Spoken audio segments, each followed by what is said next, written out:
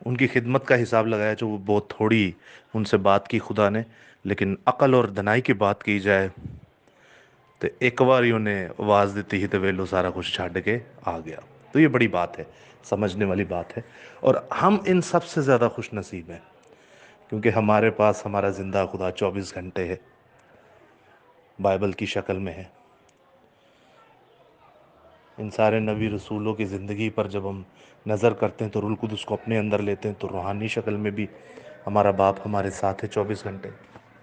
ہاں، وہ الگ بات ہے جب ہم اسے رنجیدہ کر دیتے ہیں تو وہ پھر ہماری غلطی ہے۔ تو میں یہ سمجھتا ہوں سب سے زیادہ خوش نصیب آج ہم لوگ ہیں۔ تو یاد رکھیے گا جو یہ موقع گواتا ہے تو سب تو زیادہ پھر ڈنڈے بھی انہیں پھرن گے، اور آپ کو پتہ ہے خدا جب ڈنڈے مارتا ہے تو وہ کون سے ڈنڈے مارتا ہے۔ ٹھیک ہے، تو عزیزو، قوم بنی اسرائیل کے ساتھ خدا چلتا تھا، ان سے کلام کرتا تھا، لیکن پھر بھی وہ اس گناہ میں گر جاتے تھے، غیر قوموں سے لڑکیاں لیتے بھی تھے۔ اور میں جنگ کی بات نہیں کر رہا کہ جب جنگ پہ جاتے تھے فتوحات ہوتی تھی، ان میں سے کوئی لڑکی لے کے شادی کرنا، وہ تو خدا نے خود حکم دیا تھا۔ لیکن میں آزادی کی، جیسے آج آپ ہمارے علاقوں میں دیکھتے ہیں، جیسے کوئی جنگ تو نہیں لگی ہوئی، یا جس وقت قوم بنی اسرائیل جنگ کی حالت میں نہیں تھی ہوتی، تو ان صورتحال میں خدا نے منع کیا تھا کہ مبادہ یہ نہ ہو کہ تجھے جو ہیں یہ غیر قوم کی عورتیں بہلا پھسلا کر اپنے معبودوں کی طرف لے چلیں۔ اور یہ پرانا عہد نامہ اس سے بھرا پڑا ہے، سلیمان بادشاہ سے بھی خدا نے یہی کہا۔ تو ہم ان کی زندگی کو بھی تھوڑا سا جانچیں گے۔ تو عزیزو، آج کی جو آیت مقدسہ ہے میں آپ کے سامنے اس پیسج کو پڑھے دیتا ہوں۔ اس پیسج کو پڑھتا ہوں، کافی آپ کو شاید ہو سکتا ہے ڈیفیکلٹ لگے سننے میں، سمجھنے میں، لیکن آپ نے چیزوں پر غور کرنا ہے ٹاپک کے مطابق۔ تو عزرا کی کتاب، خدا کا پاک کلام جو کہ مقدس عزرا کاہن کی مانند تحریر کیا گیا، اس کا 10واں باب، اور آنورڈ میں پڑھتا چلا جاؤں گا 18ویں آیت سے۔ یہ سنیے گا، آپ کو میں بعد میں سمجھاتا ہوں یہ کیا ہے۔ اور کاہنوں کی اولاد میں یہ لوگ ملے جنہوں نے اجنبی عورتیں بیاہ لی تھیں۔ اجنبی یعنی کہ غیر قوم کی عورتیں بیاہ لی تھیں۔ اور یہ کون لوگ تھے؟ یہ کوئی عام لوگ نہیں تھے، بلکہ یہ کاہنوں کی اولاد تھی، مینس کے سردار کاہن تھے، خدا کا کام کرنے والے تھے، خدا کے مسح شدہ لوگ تھے۔ اور آگے لکھا ہے، بنی یشوا میں سے یو صدق کا بیٹا اور اس کے بھائی ماساہ اور الیعزر اور یارب اور جدلیہ، انہوں نے اپنی بیویوں کو دور کرنے کا وعدہ کیا۔ اب یہاں پر یہ کہنا چاہ رہے ہیں کہ ہم نے غیر قوموں سے شادیاں کی، خدا کے مسح شدہ لوگ، آپ اور میں بھی مسح شدہ ہیں، تو انہوں نے کہا اب ہم ان کو دور کریں گے، اب ہم ان کو کیا کریں گے؟ دور کریں گے۔ اور آگے لکھا ہے، اور گناہگار ہونے کے سبب سے انہوں نے اپنے گناہ کے لیے اپنے اپنے ریوڑ میں سے ایک ایک مینڈا قربان کیا، اور بنی امیر سے حنانی اور زبدیہ، اور بنی حارم میں سے مسایہ اور الیا اور سمایا اور ہی ایل اور عزریہ، اور بنی شہفور سے الیونی اور مسایہ اور اسماعیل اور نتنیل اور یوزباد اور الاسا، اور لاویوں میں سے یوزباد اور ساما اور کلایا جو کلتیا بھی کہلاتے ہیں، فتیہ اور یہودا اور الیعزر۔ اور ابھی آ جاتی ہے کوائر کی بات ہو رہی ہے، اور یہ 24ویں آیت ہے، اور گانے والوں میں سے الیاسب، اور دربانوں میں سے سلوم اور تلم اور اوری، اور اسرائیل میں سے بنی پروز میں سے رمیا اور عزیہ اور ملکیہ اور میامین اور الیعزر اور ملکیہ اور بنایا، اور بنی علام میں سے متنیہ اور ذکریہ اور یحییل اور عبدی اور یرمستین اور ایلیا۔ اور آگے آنورڈ جب آپ پڑھتے جاتے ہیں تو آپ کو یہ سارے نام نظر آتا ہے تو میں آپ کے سامنے عزرا کی آخری چیپٹر کی آخری آیت 44ویں آیت میں پڑھتا ہوں، تو یہاں لکھا ہے، یہ سب اجنبی عورتوں کو بیاہ لائے تھے، اور بعضوں کی بیویاں ایسی تھیں جن میں سے ان کی اولاد تھی۔ اب ہوا کچھ یوں کہ یہ سارے ہی کاہن تھے، ہیکل مقدسہ ڈھا دی گئی، پھر یہ آگے جا کے پڑھیں گے تو یہ تو اپنی زبان بھی بھول گئے تھے، غیر قوموں کے ساتھ ایسے مکس ہو گئے۔ تو انہوں نے کیا کیا، جب خدا کی طرف رجوع لائے تو خدا نے ان کو کہا آپ کو اپنی اولاد چھوڑنی پڑے گی، اپنی اولاد چھوڑنی پڑے گی۔ اب جب انہوں نے گناہ کیا، خدا نے کہا اپنی اولاد چھوڑنی پڑے گی، اپنی بیویاں بھی چھوڑنی پڑیں گی، سب کچھ چھوڑنا پڑے گا، آپ کو صرف 1% جیسے آپ تھے پہلے ویسے ہی آپ کو واپس آنا ہوگا، یہ شرط ہے خدا کی۔ نمبر 1 نوٹ کرنا ہے آپ نے۔ اور نمبر 2 جب آپ دیکھتے ہیں کہ پرانے عہد نامہ میں لکھا ہے کہ تو غیر قوم میں نہ بیٹیاں دینا نہ لینا، اور آگے کی کتاب جب آپ پڑھتے ہیں نہمیہ نبی کی کتاب، آپ غور طلب کیجئے گا، آپ میں اور میرے بیچ میں ایسے لوگ ہیں بہن بھائی جنہوں نے غیر قوم میں شادی کی ہے، عورت لڑکی نے بھی اور لڑکوں نے بھی، ان کے ساتھ کیا ہونا چاہیے؟ کیونکہ یہاں تو ہم پڑھ رہے ہیں کہ بھئی جب آپ دوبارہ اپنے خدا کو قبول کرتے ہیں، اگر عورت ہے تو وہ مردوں کو چھوڑے تو پھر خدا میں آئے، اور اگر مرد ہے تو وہ عورتوں کو چھوڑے اور پھر خدا میں آئے، اگر بچے ہیں تو ان کو بھی چھوڑے، بچے بھی نہیں چاہیے خدا کو۔ سمجھ رہے ہیں آپ بات؟ تو میں آپ کے سامنے ایک اور آیت پڑھتا ہوں، نہمیہ کی کتاب، اس کا 10واں باب 30ویں آیت، اور ہم اپنی بیٹیاں ملک کے باشندوں کو نہ دیں، نہ اپنے بیٹوں کو ان کے لیے ان کی بیٹیاں لیں۔ جب آپ اوپر پڑھتے ہیں تو یہ سارے غیر قوم کی ہی ایک بار پھر سے بات ہو رہی ہے کہ نہ وہاں سے لینا ہے نہ دینا ہے۔ تو اس کنڈیشن میں جب نہ لینا ہے نہ دینا ہے، تو نہ لینا ہے نہ دینا ہے، لیکن آپ نے وہ گناہ کر لیا، لینا دینا کر لیا، تو پھر ایسا ہوگا کہ آپ جب واپس خدا میں آنا چاہیں، تو آپ جب واپس خدا میں آنا چاہیں تو آپ نے کرنا کیا ہے کہ ان کو چھوڑنا ہے، ان کے بچوں کو بھی چھوڑنا ہے، اور آپ نے واپس اپنے کلام میں آنا ہے۔ اب سوال یہ پیدا ہوتا ہے، ذرا سنیے گا، یہ بڑی میں نے عجیب سی آپ سے سامنے بات رکھتی ہے۔ ہمارے پاس بھائی ہیں اور بہنیں بھی ہیں، ایسا ایک دو بھائی بھی ہے اور ایک دو بہنیں بھی ہیں جنہوں نے غیر اقوام میں شادی کی، چلیں مان لیتے انہوں نے گناہ کیا، لیکن اس کے بعد خدا نے کہا ہے اگر آپ نے واپس مسیحت میں آنا ہے سنیے گا غور سے، واپس مسیحت میں آنا ہے، اور یہ میرا خاص کلام ان بہن بھائیوں کے لیے ہے، وہ اس کو زیادہ غور سے سنیں، خود بھی سنیں اور اپنے لائف پارٹنر کو بھی سنائیں، تو ان کو بولے گا پورا سنیں، پھر زیادہ برکت پائیں گے۔ تو اب جب واپس آنا تو انہیں چھوڑنا پڑے گا، اگر ان سے بچے ہیں تو بچوں کو بھی چھوڑے، لڑکی ہے تو وہ لڑکے کو چھوڑے، بچوں کو چھوڑے، پھر مسیحت میں آئے، اور لڑکا ہے تو وہ بیوی کو چھوڑے، بچوں کو چھوڑے، تو پھر مسیحت میں آئے۔ یہ بائبل کا اصول ہے، اور اس سے اتم کچھ نہیں، اس سے بڑھ کر کچھ نہیں۔ لیکن عزیزو ایک سوال پیدا ہوتا ہے کہ آج جو ہمارے بہن بھائی اس طرح کر چکے ہیں، اب پھر ہم ان کو یہ کہیں کہ بھائی آپ چھوڑیں پھر؟ نمبر 1۔ نمبر 2، ایک سوال اور بھی ذہن میں آتا ہے کہ غیر قوموں میں سے تو کئی ایسی بہن بیٹیاں مائیں ہیں جو مسیحت میں آئیں اور چھا گئیں۔ آپ دیکھتے ہیں جب متی پہلا باب پڑھتے تو نسب نامے کے اندر مقدسہ روت کا ذکر آتا ہے، مقدسہ راہب کا ذکر آتا ہے، جو یشوع کے زمانے میں فحشہ تھیں، لیکن جب انہوں نے خدا کو قبول کیا تو وہ مقدسہ بنی۔ روت جو کہ موابی تھی، غیر قوم سے تھی، لیکن جب انہوں نے کہا کہ تیرا خدا میرا خدا، تو ان میں سے داؤد پیدا ہو رہا ہے، ان میں سے سلیمان پیدا ہو رہا ہے، اور آگے چلتے یسوع مسیح ان میں سے پیدا ہو رہا ہے۔ تو یہ کیا ماجرا ہے؟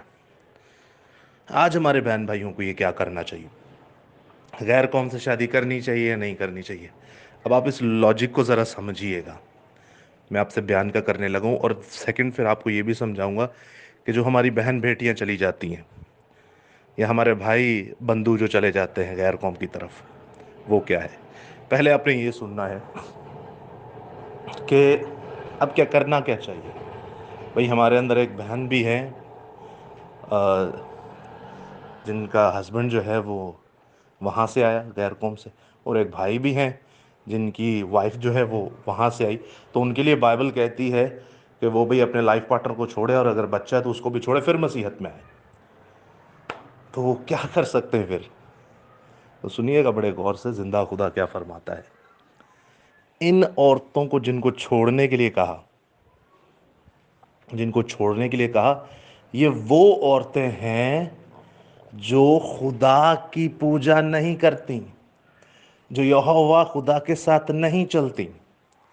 ان کو خدا نے چھوڑنے کے لیے. اس طرح اگر آپ کہتے ہیں تو مثال کے طور پہ ہم تو پھر کہیں غیر قوم میں جا کے منادی نہیں کر سکتے. کوئی ہمارا کنوارا بھائی یا کنواری بہن کئی غیر قوم میں جا کے منادی کرتی ہے، تو وہاں پہ اگر کوئی بھائی بہن واپسی آتا ہے تو ایسا ہوتا ہے کہ کوئی راستہ نہیں ہوتا ان کو آپس میں اگر شادی کرنی پڑے، تو پھر تو یہ ہمارے لیے بڑی مصیبت ہے. پھر تو خدا ہمیں غیر قوم میں بھیجے ہی نہیں. اس کا مطلب ایک بڑا باریک سی ایک لائن ہے. وہ کہتے ہیں نا بالکل ایک چھوٹا سا سٹیپ ہے جو بڑا باریک ہے، جس کو آپ نے سمجھنا ہے. اور اگر آپ نہیں سمجھ آئے پھر بھی آپ پوچھئے گا. یہ بڑا باریک سا ایک سٹیپ ہے، یہ سمجھنا بڑا ضروری ہے. دیکھیں، یہ وہ عورتیں ہیں. پہلی بات تو ہمارے بہن بھائیوں نے جو وہاں جا کے شادی کی وہ کیا گناہ، کوئی بات نہیں. بھئی باپ آدم نے بھی کیا تھا گناہ، کوئی مسئلہ نہیں. لیکن میں آپ سے جو کہہ رہا ہوں نا، کوئی مسئلہ نہیں ہے، وہ کسی وجہ سے کہہ رہا ہوں. ہم جو خدا کو جانتے ہیں، ہمارا خدا وہاں سے اکٹھا کرتا ہے جہاں بکھیرتا نہیں ہے.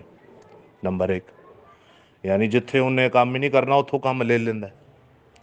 نمبر دو، وہاں سے وہ کاٹتا ہے جہاں اس نے بویا ہی نہیں.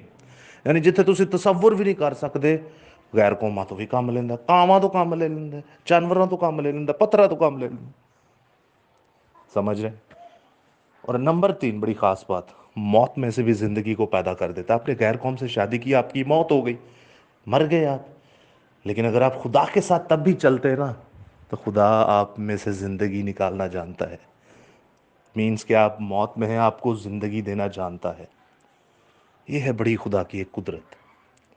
اب ذرا سنیے گا، جو ہمارے بھائی نے یہ کام کیا، جو بہن نے یہ کام کیا، لٹرلی بائبل کے مطابق آپ دیکھتے ہیں، اگر تو کلام میں رہ کر انہوں نے قبول کیا ان کو، تو پھر تو ٹھیک ہے. لیکن اگر کلام میں نہیں، آپس کی محبت رکھی، تو یاد رکھیے گا، مقدس سیمسن کی کتاب پڑھیے گا. مقدس سیمسن جو تھے وہ ڈلائلہ کی طرف جا رہے تھے، اور وہ غیر قوم تھی. اور اس کے ماں باپ کہتے تھے بھائی اسرائیلیوں میں دیکھ لے، رشتہ داروں میں بہت خوبصورت لڑکی ہے. اور نہیں میں ادھر ہی جانا ہے. تو بائبل میں اکثر ہمارے لوگ کہتے ہیں اس نے یہ کیا وہ کیا، وہ غیر قوم کی طرف. لیکن آگے ایک لائن باریک سی لکھی ہے کہ یہ سب خدا کی طرف سے ہونا تھا. یہ سب کس کی طرف سے ہونا تھا؟ خدا کی طرف سے.